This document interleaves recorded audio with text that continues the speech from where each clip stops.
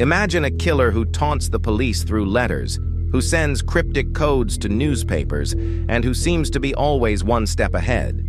A killer so elusive, so mysterious, that even after decades, his identity remains unknown. This is the story of the Zodiac Killer, a man who terrorized Northern California in the late 1960s and early 1970s, leaving a trail of fear, confusion, and unanswered questions.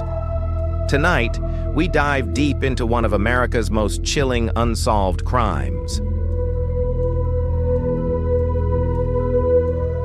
The late 1960s in California were a time of cultural revolution, with music, protests, and a sense of freedom in the air. But underneath this lively atmosphere, a dark figure emerged. The Zodiac Killer began his spree quietly, targeting young couples parked in secluded areas. At first, his attacks seemed random, almost opportunistic. But soon it became clear that this was no ordinary criminal. He had a plan, and he loved the attention.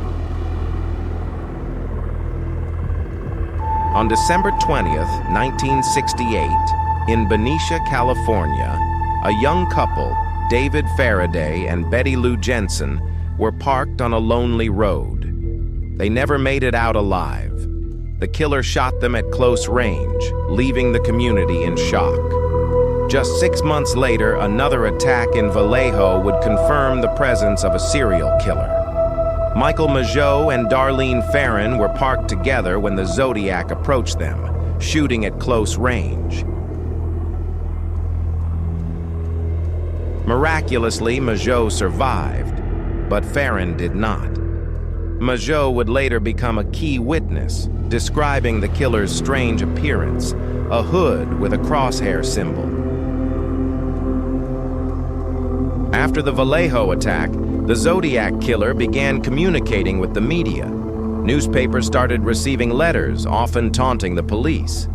In these letters, he claimed responsibility for the murders, threatened more killings, and even included ciphers, complex codes that he claimed would reveal his identity. One of these ciphers, the infamous 408 symbol code, would puzzle cryptographers for decades.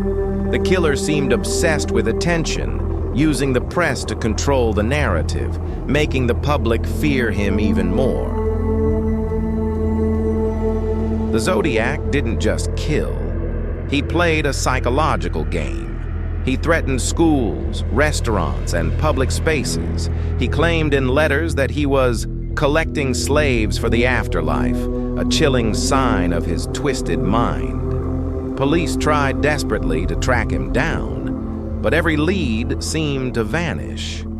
People began to notice strange patterns. He often targeted couples in cars, mostly at night, and he seemed to enjoy leaving cryptic messages rather than being caught.